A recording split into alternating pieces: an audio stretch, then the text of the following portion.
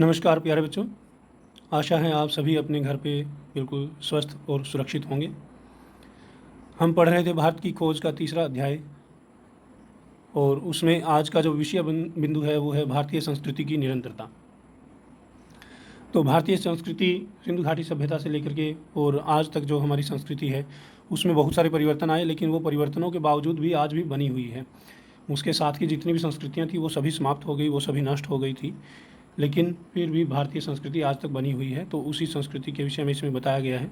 जवाहरलाल नेहरू जी कहते हैं कि हमें आरंभ में ही एक ऐसी सभ्यता और संस्कृति की शुरुआत दिखाई पड़ती है जो तमाम परिवर्तनों के बावजूद आज भी बनी हुई है। इसी समय मूल आदर्श आकार ग्रहण करने लगते हैं और साहित्य और दर्शन, कला और नाटक तथा जीवन के और तमाम क्रियाकलाप इन आदर्शों और विश्व दृष्टि के अनुकूल चलने लगते हैं। तो ये कहते हैं कि सिंधु घाटी की सभ्यता जो थी वो प्रारंभ में ही एक विकसित सभ्यता थी, बड़ी सुव्यवस्थित सभ्यता थी। और वही सभ्यता, उस सभ्यता के बाद बहुत सारे परिवर्तन आए, बहुत सारे बदलाव आए, लेकिन उसके बावजूद भी आज भी भारतीय संस्कृति बनी हुई है। और इसी समय मूल आदर्श आकार ग्रहण करने लगते हैं। मतलब जब सिंधु घाटी सभ्यता और आर्य सभ्यता विकसित हुई तो उसी वक्त भारतीय सभ्यता में जो भारतीय संस्कृति के जो मूल आदर्श हैं वो उस वक्त बनने लगे थे। हमारे जो आज के मूल आदर्श हैं, जैसे हम विश्व बंधुत्व को ज़्यादा महत्व देते हैं, हम कहते हैं पूरे विश्व से हमारा भाईचारा है, हमें किसी के साथ किसी गुट में शामिल नहीं होना, किसी के साथ लड़ाई नहीं करनी, शांति प्रिय देश हमारा है। तो और जो हमारे जीवन मूल्य हैं जैसे सत्य, अहिंसा और साथ में परोपकार और सदाचार, ये जो हमारे जीवन मूल्य हैं वो उस समय में गढ़े जाने लगे थे। ये उस समय में उन जीवन मूल्यों का निर्माण किया जाने लगा था। साहित्य और दर्शन, कला और नाटक तथा जीवन के और तमाम क्रियाकलाप इन आदर्शों और विश्व दृष्टि के अनुकूल चलने लगते हैं। और उस समय भारत के अंदर साहित्य, दर्शन, कला और नाटक इत्यादि क्रियाकलापों का आरंभ हो जाता है। मतलब ये कलाओं का आरंभ हो जाता है और कलाएं जो हैं वो अपने विकास की ओर बढ़ चलती हैं। इसी समय उस विशिष्टतावाद और छुआछूत की प्रवृत्ति का आरंभ दिखाई पड़ता है जो बाद में बढ़ते बढ़ते असह्य हो जाती है। अब बात ये कहते हैं कि हमारे समाज में उस समय कुछ ऐसे वर्ग थे जो अपने आप को धीरे धीरे अपने आप को विशिष्ट मानने लगे थे, सबसे उत्तम मानने लगे थे, सबसे उच्च मानने लगे थे। और उसी के कारण से धीरे धीरे छुआछूत की प्रवृत्ति भारत में या उस सभ्यता में दिखाई देने लगी। और छुआछूत की प्रवृत्ति मतलब कि जो निम्न जाति के लोग हैं उनको दीनहीन माना जाता था, और इसी कारण से जो उच्च जाति के लोग थे उनको अगर कोई निम्न जाति का व्यक्ति छू लेता था तो उससे उनको ये लगता था कि हमारा धर्म भ्रष्ट हो गया है। तो इस बात की धीरे धीरे जो समाज में ये चीज़ें बढ़ती चली गई। और यही जो प्रवृत्ति है आधुनिक युग की जाति व्यवस्था है। जो आज जो जाति व्यवस्था है एक तरह से उसका बीज उस काल में बोया गया था, क्योंकि उस वक्त कर्म के आधार पर लोगों को बांट दिया गया था। जो विद्वान होते थे, जो पढ़ाई लिखाई में अच्छे होते थे, उनको ब्राह्मण की श्रेणी में रखा जाता था। जो बल के कारण या शारीरिक क्षमता उनके अंदर अच्छी होती थी तो उनको क्षत्रिय वर्ग में रखा जाता था। जिनको व्यापार की अच्छी समझ होती थी उनको वैश्य वर्ग में रखा जाता था। और जो इन तीनों चीज़ों में निपुण नहीं थे, जिनको कोई भी काम अच्छे से नहीं आता था, उनको शूद्र वर्ग में रखा जाता था। और उन शूद्र वर्ग के लोगों को जिम्मेदारी दी गई थी कि वो इन तीनों वर्गों की सहायता करें और जो भी वो काम करें उन काम को पूरा करें, उनकी सेवा करें, और समाज कल्याण में जो भी कार्य उनसे बन पड़े वो तत्परता से वो करते रहें। तो इस तरह वो चार वर्ग जो थे वो उनकी योग्यता और उनकी कार्य कुशलता के ऊपर निर्धारित किए गए थे, न कि उनके वंश या उनके कुल के आधार पर। परंतु धीरे धीरे क्या हुआ कि कोई व्यक्ति ऐसा भी हो जो पढ़ाई लिखाई में बिल्कुल निपुण ना हो लेकिन ब्राह्मण परिवार में पैदा हुआ था, तब भी उसको ब्राह्मण ही माना जाता था। और धीरे धीरे वो जो वर्ग व्यवस्था थी या वर्ण व्यवस्था थी वो जाति व्यवस्था में परिवर्तित हो गई और वो हमारे समाज के लिए एक अभिशाप बन गई। यह व्यवस्था एक खास युग की परिस्थिति के लिए बनाई गई। इसका उद्देश्य था उस समय की समाज व्यवस्था को मजबूत बनाना और इसे शक्ति और संतुलन प्रदान करना। क्योंकि अगर उस वक्त वर्ण व्यवस्था या वर्ग व्यवस्था उनके लिए बहुत ज़्यादा आवश्यक थी, क्योंकि उस वक्त अगर वो वर्ण व्यवस्था या वर्ग व्यवस्था नहीं लगाते तो समाज अव्यवस्थित हो सकता था। इसको मैं एक एग्जाम्पल के माध्यम से आप लोगों को समझा देता हूँ। जब हम अपनी कक्षा में अपने डिस्प्ले बोर्ड को सजाने के लिए बात करते हैं, तो अगर मान लो हम कहें कि चलो भाई सभी बच्चे अपने अपने लिए एक एक आर्टिकल बना करके लेके आना, तो अगले दिन कई बार ऐसा भी होता है कि शिक्षक के पास एक या दो आर्टिकल ही होते हैं। जो बहुत अच्छे बच्चे होते हैं वो अपना आर्टिकल बना करके ले आते हैं, लेकिन ज़्यादातर बच्चे आर्टिकल बना करके नहीं लेके आते हैं।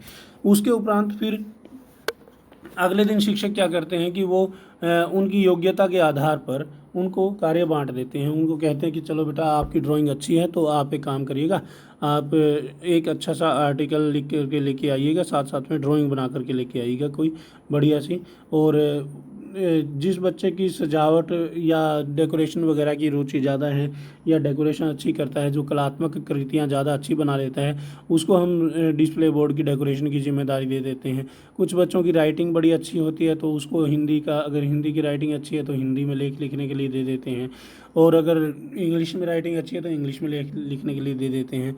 तो प्रत्येक बच्चे को उसकी योग्यता अनुसार काम बांट दिया जाए, तो अगले दिन बहुत ही सुंदर सुंदर आर्टिकल्स बच्चे लेकर आएंगे, और साथ में जब डिस्प्ले बोर्ड जब सजाया जाएगा तो बड़ा ही सुंदर लगेगा। तो वो ऐसा क्यों हुआ? क्योंकि अध्यापक ने एक व्यवस्था बनाई, उनकी योग्यता के आधार पर उनको काम बांट दिया।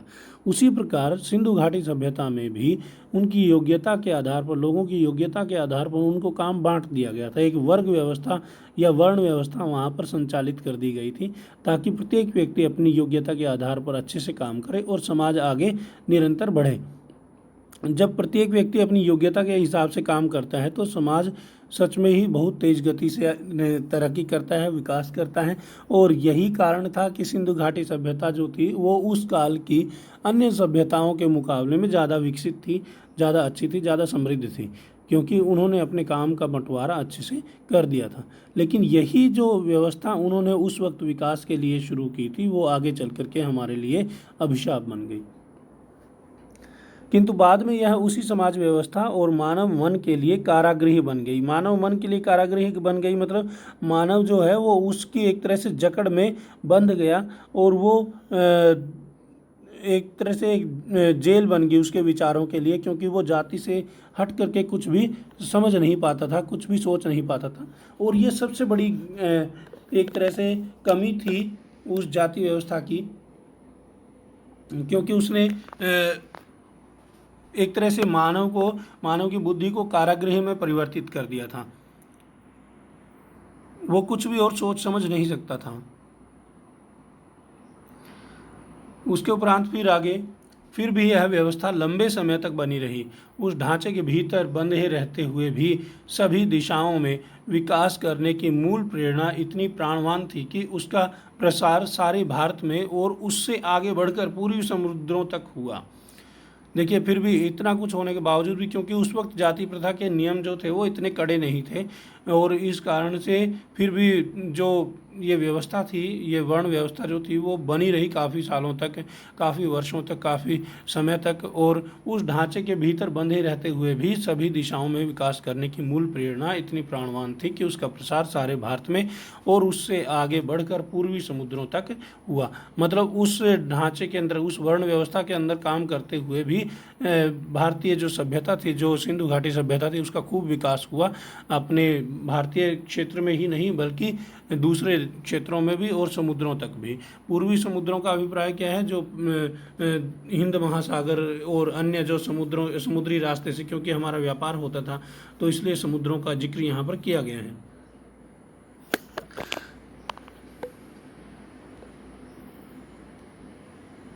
उसके उपरांत आगे कहते हैं कि इतिहास के एक लंबे दौर में भी भारत अलग अलग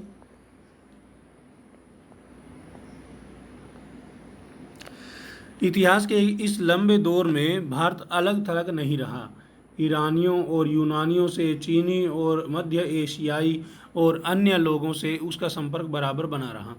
3-4 हजार वर्षों का यह सांस्कृतिक विकास और उसका अटूट सिलसिला अद्भुत था। मतलब भारत ने उस वक्त की जितनी भी सभ्यताएं थी, ईरानी सभ्यता, यूनानी सभ्यता, चीनी सभ्यता और मध्य एशियाई सभ्यता, उन सभी के साथ अपना संपर्क बनाए रखा और उनके साथ उनका व्यापार चलता था। उनके साथ उनके हजारों वर्षों तक सांस्कृतिक रिश्ते चलते रहे और इसी कारण से भारतीय सभ्यता का विकास निरंतर होता रहा। और आप लोगों के लिए सबसे बड़ा इसका जो प्रमाण है वो ये है कि हमारे जो हिंदी के या हमारे जो शब्द हैं, हमारी जो सभ्यता के जो शब्द हैं, उन्हीं शब्दों से अंग्रेजी में और अन्य भाषाओं में बहुत सारे शब्द बने हैं। जैसे आप लोग एक शब्द देखोगे, मातृ शब्द है। मातृ शब्द को मातर भी बोला जाता है। हिंदी में मातरः, बहुवचन में मातरः शब्द प्रयोग किया जाता है मातृ के लिए। तो मातृ का अर्थ होता है माता और पितृ का अर्थ होता है पिता। तो यही मातृ और पितृ शब्द जो हैं वो ईरानी और यूनानी भाषाओं में जा कर के मादर और फादर बने, और वही मादर और मादर बना शब्द, और मादर शब्द से ही बिगड़ करके जब वो उनके साथ आगे व्यापार जो था वो पाश्चात्य देशों का था, इंग्लैंड वगैरह देशों का था, उस सभ्यता में जा कर के वही शब्द मदर और फादर बन गए। उसी प्रकार जो भ्रातृ शब्द है उससे ब्रदर बना, और स्वश्री शब्द से सिस्टर बना। और जब हमारे देश में जो हमारी सभ्यता में जो दिनों के नाम रखे गए थे, जैसे रविवार, सोमवार, मंगलवार, बुधवार, उस पे आधार पे जो पूर्वी जो पश्चिमी देश हैं, इंग्लैंड या यूरोपियन कंट्रीज़ हैं, उनमें दिनों के नाम उसी आधार पर रखे गए। जैसे मंडे, तो मंडे मतलब सोमवार, मून डे, मंडे।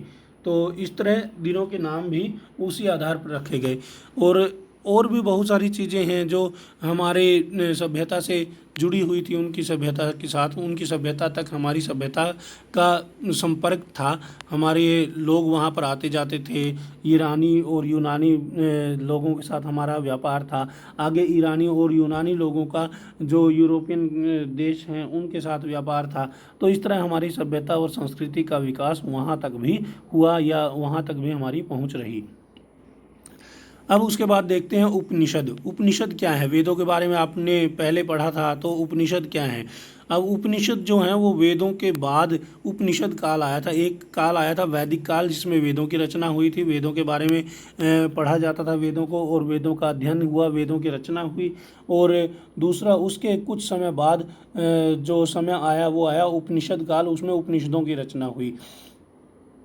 तो उपनिषदों का समय ईसा पूर्व 800 के आसपास से माना जाता है। 800 के आसपास से माना जाता है, मतलब ईसा पूर्व 800 वर्ष से माना जाता है। लेकिन ये जो समय है ये लगभग 2500 वर्ष तक जाता है। ईसा के जन्म से 2500 साल तक जाता है।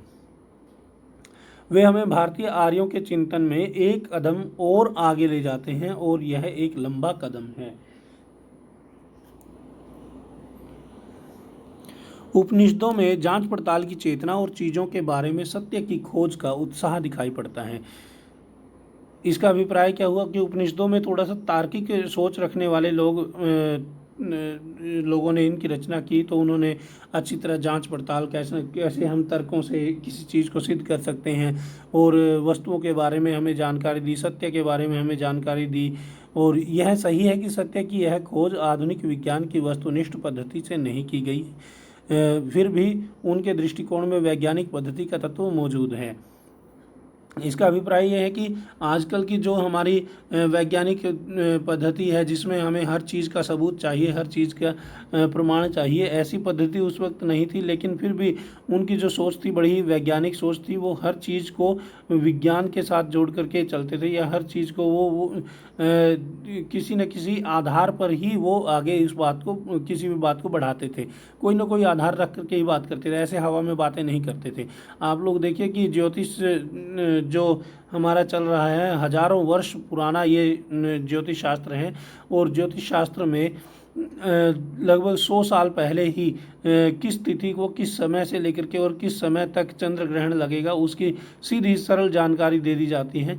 और ये इस जानकारी को आज तक नासा और इसरो जैसे जो अंतरिक्ष विज्ञान के उसमें क्षेत्र में बड़ी बड़ी संस्थाएं हैं, वो भी उनको झुठला नहीं सकती, क्योंकि वो जो भी ज्योतिष शास्त्र में जो भी इस चीज़ की जानकारी दी जाती है, वो क्योंकि वो गणना के ऊपर आधारित होता है बिल्कुल, कि चंद्रमा की गति क्या है, पृथ्वी की गति क्या है, और वो कितने समय में एक दूसरे के सामने सामने आएंगे।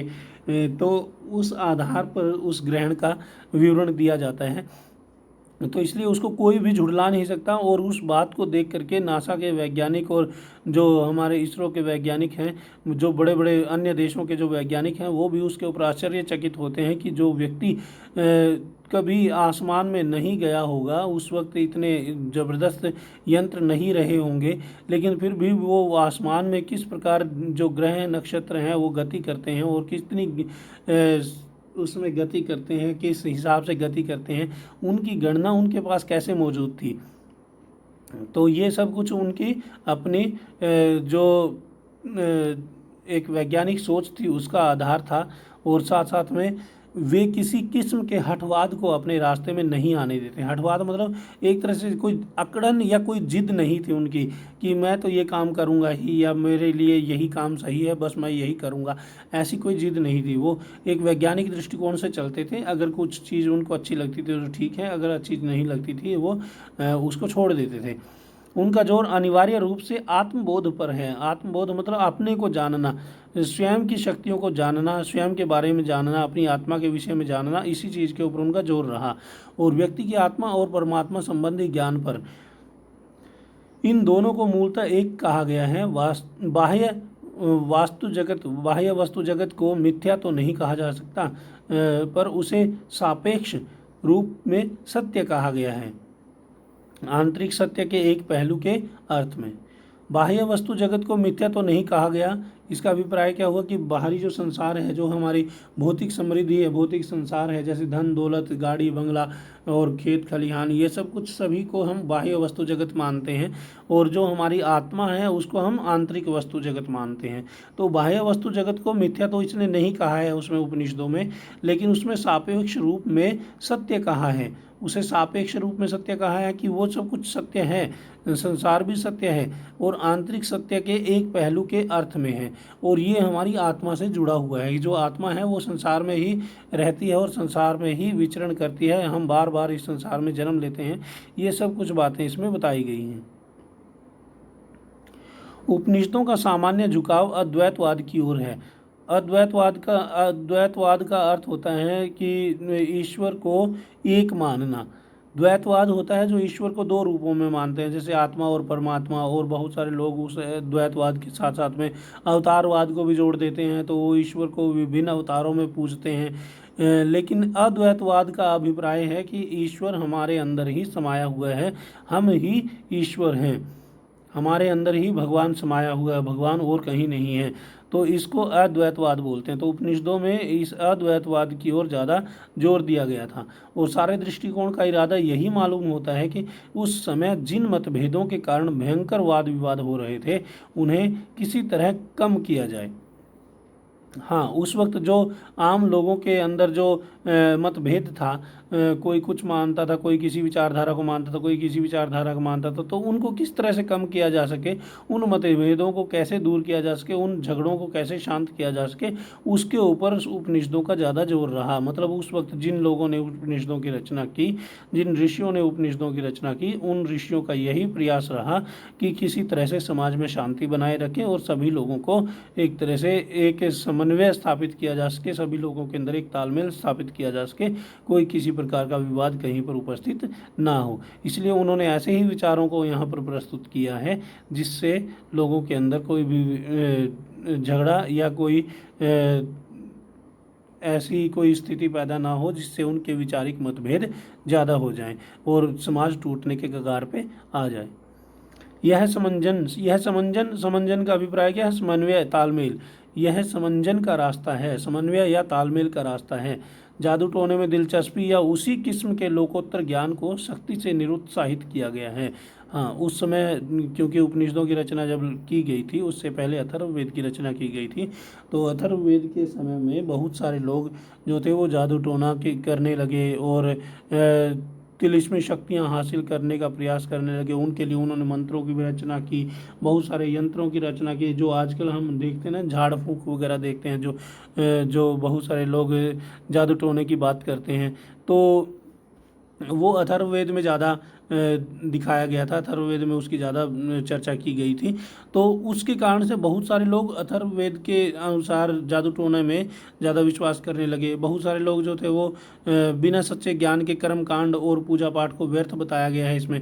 तो बहुत सारे लोग ऐसे होते थे जिनको कर्म कांड के विषय में ज्ञान भी नहीं है, लेकिन फिर भी वो कर्म कांडी बनते थे, पाखंड रचते थे और पूजा पाठ, बहुत अधिक पूजा पाठ करते थे, देवताओं की पूजा करने लगे थे। तो इस तरह उन चीज़ों को इसमें बिल्कुल गलत बताया है, उनको व्यर्थ बताया है और उनके ऊपर वो जोर नहीं देते थे, क्योंकि वो तो ये मानते थे कि ईश्वर हमारे अंदर ही समाया हुआ है, इसलिए हमें बाहर से किसी भी प्रकार का कोई पाखंड रचने की ज़रूरत नहीं है, कोई किसी प्रकार की पूजा पाठ की ज़रूरत नहीं है, क्योंकि ईश्वर हमारे अंदर है। अगर हम सदाचारी हैं, अगर हम अच्छे हैं तो ईश्वर हमारे साथ हैं, अगर हम अच्छे नहीं हैं तो ईश्वर हमारे साथ नहीं है। ऐसी उनकी सोच थी और यही विचार उपनिषदों में दर्शाए गए हैं। उपनिषदों की सबसे प्रमुख विशेषता है सच्चाई पर बल देना। उपनिषदों की मशहूर प्रार्थना में प्रकाश और ज्ञान की ही कामना की गई है। जो हमारी केंद्रीय विद्यालय की प्रार्थना में भी जो मंत्र आते हैं ना, वो उपनिषदों से लिए गए हैं। असत से मुझे सत्य की ओर ले चल। जो असतो माँ सदगम्य, हम सुबह सुबह प्रार्थना में बोलते हैं असतो माँ सदगम्य, तमसो माँ ज्योतिर्गम्य, मृत्यु और माँ अमृतम गम्य। उसी श्लोक का अर्थ यहाँ पर दिया गया है, उसी मंत्र का अर्थ यहाँ पर दिया गया है। तो ये कहते हैं कि असत से मुझे सत्य की ओर ले चलो। असतो माँ सदगम्य अर्थात मुझे बुराई से अच्छाई की ओर ले चलो। असत मतलब बुराई और सत मतलब अच्छाई। तो असतो माँ सदगम्य मतलब मुझे बुराई से अच्छाई की ओर ले चलो, कि हे ईश्वर मुझे बुराई से अच्छाई की ओर ले चलो, मुझे बुराई की ओर मत जाने दो। दूसरे में कहते हैं, दूसरी पंक्ति में कहते हैं तमसो माँ ज्योतिर्गम्य। तमसो माँ ज्योतिर्गम्य अर्थात मुझे, तमसो मतलब अंधकार और माँ मुझे, और ज्योतिर्गम्य प्रकाश की ओर, गम्य मतलब ले चलो, कि हे ईश्वर मुझे अंधकार से प्रकाश की ओर ले चलो। अब अंधकार किस चीज़ का है यहाँ पर? अज्ञान का अंधकार, और जो प्रकाश है वो है ज्ञान का प्रकाश। तो वो कहते हैं कि हे ईश्वर मुझे ज्ञान के प्रकाश की ओर ले चलो, मुझे अंधकार की ओर मत जाने दो। मृत्यु और माँ अमृतम गम्य। मृत्यु और माँ अमृतम गम्य, कि मुझे मृत्यु से अमरता की ओर ले चलो। अब मृत्यु से अमरता की ओर, देखो उनको सभी को पता था कि अमर तो कोई भी नहीं है इस संसार में, तो फिर भी वो अमरता की ओर क्यों कहते हैं? कि अमरता यहाँ पर प्रतीक है कि जो हम अपने कर्म करते हैं, अगर हम अच्छे कर्म करेंगे तो युगों युगों तक हमारा नाम इस समाज में रहेगा, इस संसार में रहेगा, तो वही अमरता है। तो वो कहते हैं कि हमें ऐसे अच्छे कर्म करने की प्रेरणा दो जिससे हम संसार में अमर हो जाएं, जिससे हमारा नाम अमर हो जाए।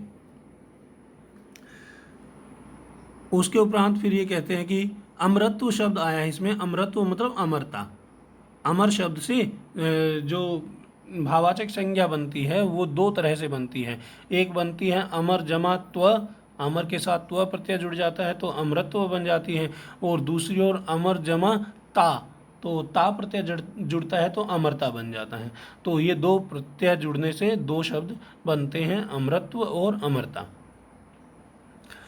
बार बार हमें एक बेचैन मन झांकता दिखाई पड़ता है जो निरंतर किसी खोज में, किसी प्रश्न का उत्तर पाने में लगा है। जो उपनिषदों की जो उपनिषदों के जो मंत्र हैं या उपनिषदों की जो विषय वस्तु है, उसमें हमें ऐसा लगता है जैसे कोई ऐसा जिस व्यक्ति ने उनकी रचना की है वो हमेशा किसी न किसी चीज़ की खोज में हो, वो हमेशा इस बात की खोज में हो कि कोई उसके मन में कोई प्रश्न था जिसको वो प्रश्न का उत्तर पाना चाहता था। मतलब एक जिज्ञासु प्रवृत्ति यहाँ पर नज़र आती है कि वो कुछ ना कुछ जानने का प्रयास करता है, कुछ ना कुछ ज्ञान प्राप्त करने का प्रयास करता है। और वो मुख्य रूप से ज्ञान किस चीज़ के बारे में प्राप्त करता है? ब्रह्म के बारे में, ईश्वर के बारे में, आत्मा के बारे में, परमात्मा के बारे में, उसी के विषय में वो जानना चाहते हैं।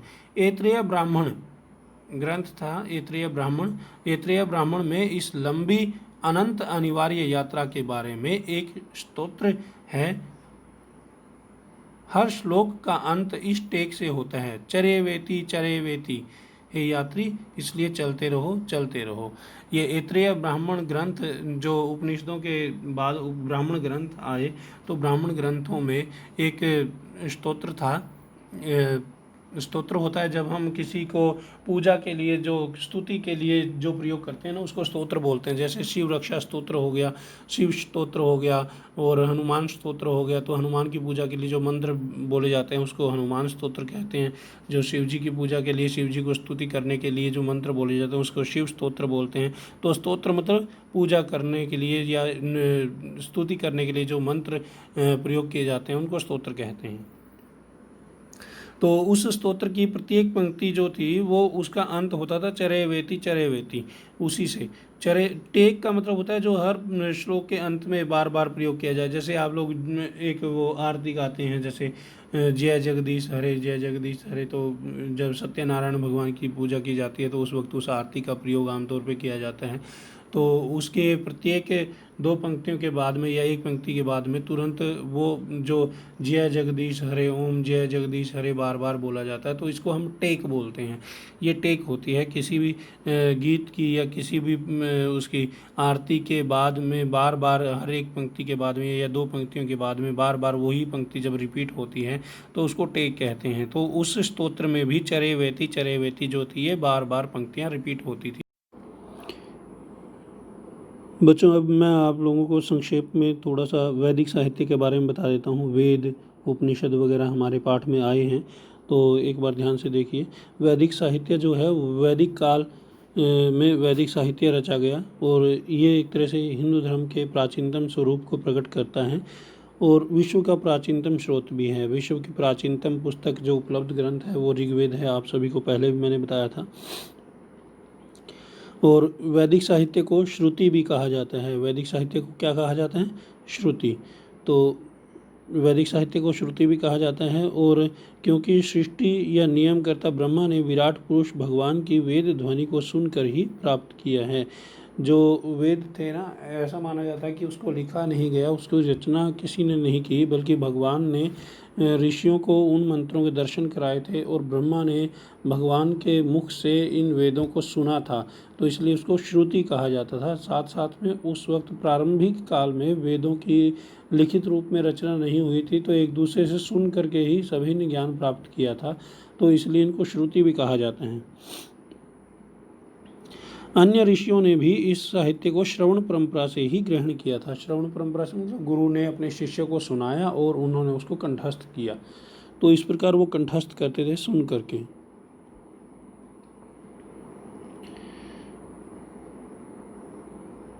अब ग्रंथ शास्त्र में आप देखिए, तो यहाँ पर आप देख सकते हैं ग्रंथ शास्त्र में क्या क्या चीज़ें हैं।